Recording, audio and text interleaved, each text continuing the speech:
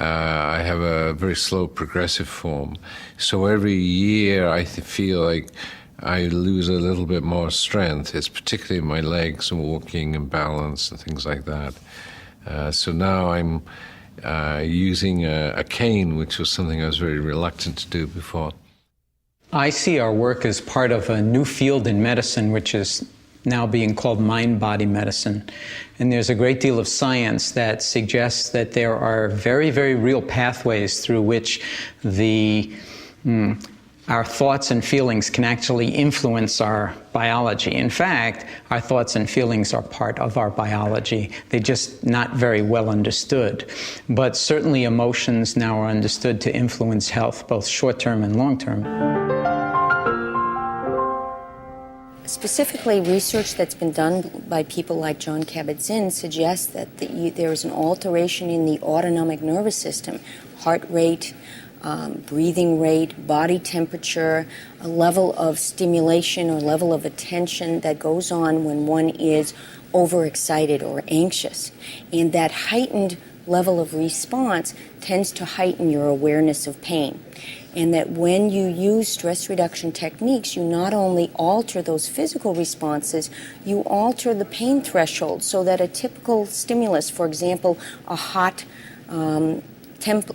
pad that one might touch your finger on, is better tolerated, a higher temperature before one has to withdraw the contact with stress reduction techniques as compared to without stress reduction techniques. I've been able to catch migraines right at the beginning.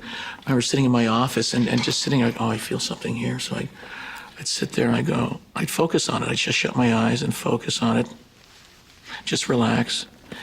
And I might say about 75% of the time I was able to dissipate the migraine right at the beginning. One of the major issues in headache is that it seems to be a trigger problem. In other words, anybody in the world can get a headache, but the threshold for triggering it is different from one individual to another. And the threshold in people with migraine, for example, is a lot lower than for people who don't experience headaches very often.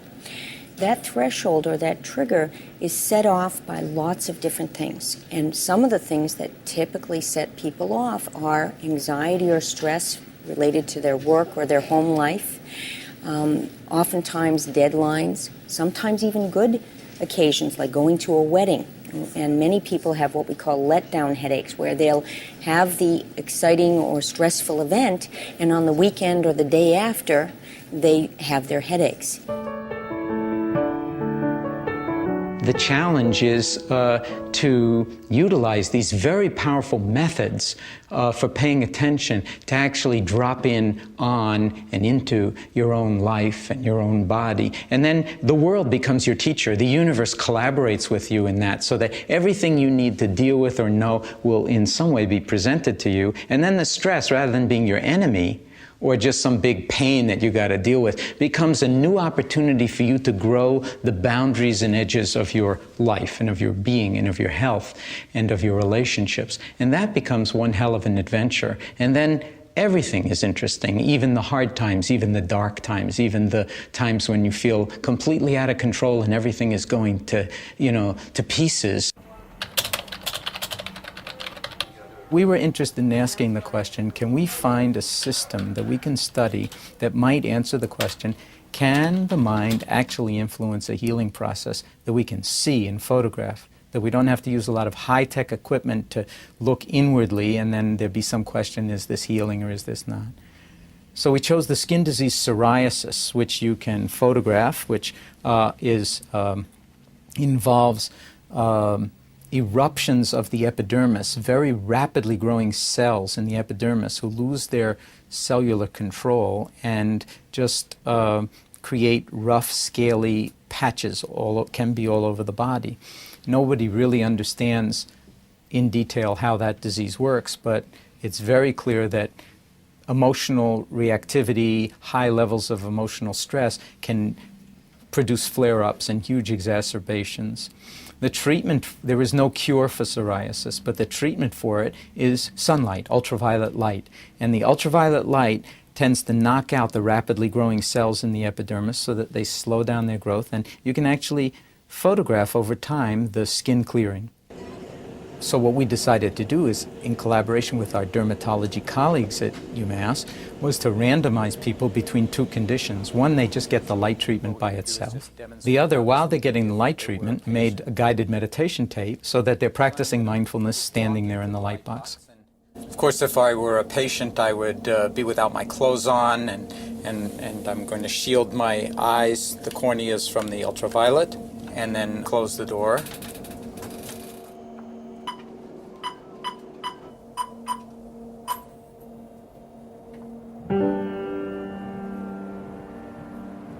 As the lights come on, focusing on your breathing and feeling it as it flows in and out.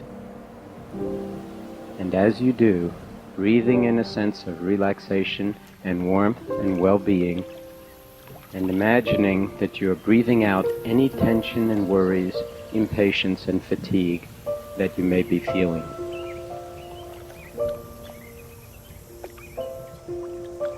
So it's a perfect environment in which to learn standing meditation.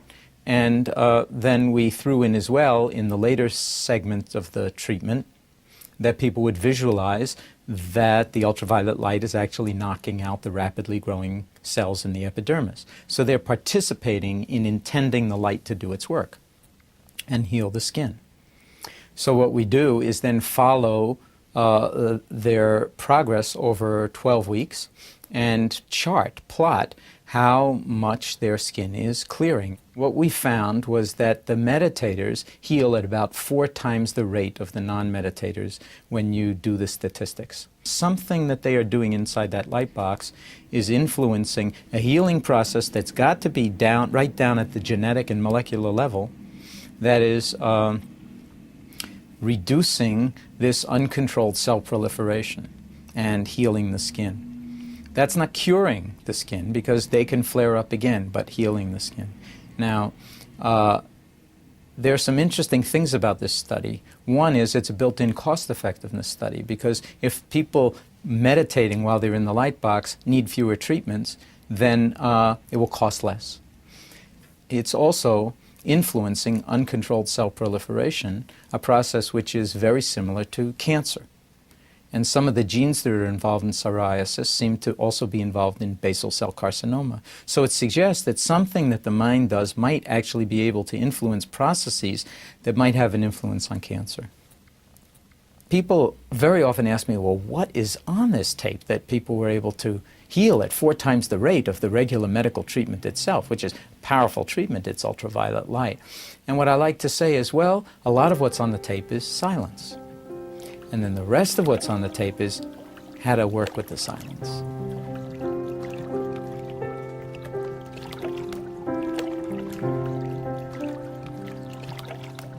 In our encounter with our patients who are sent by their doctors in the stress reduction program, we see everything that we do with them as standing in that domain of the sacred.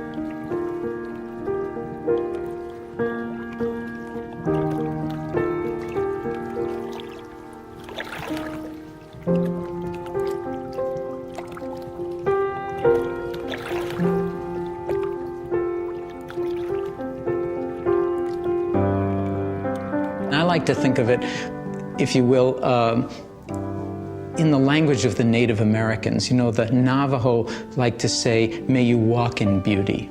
I see our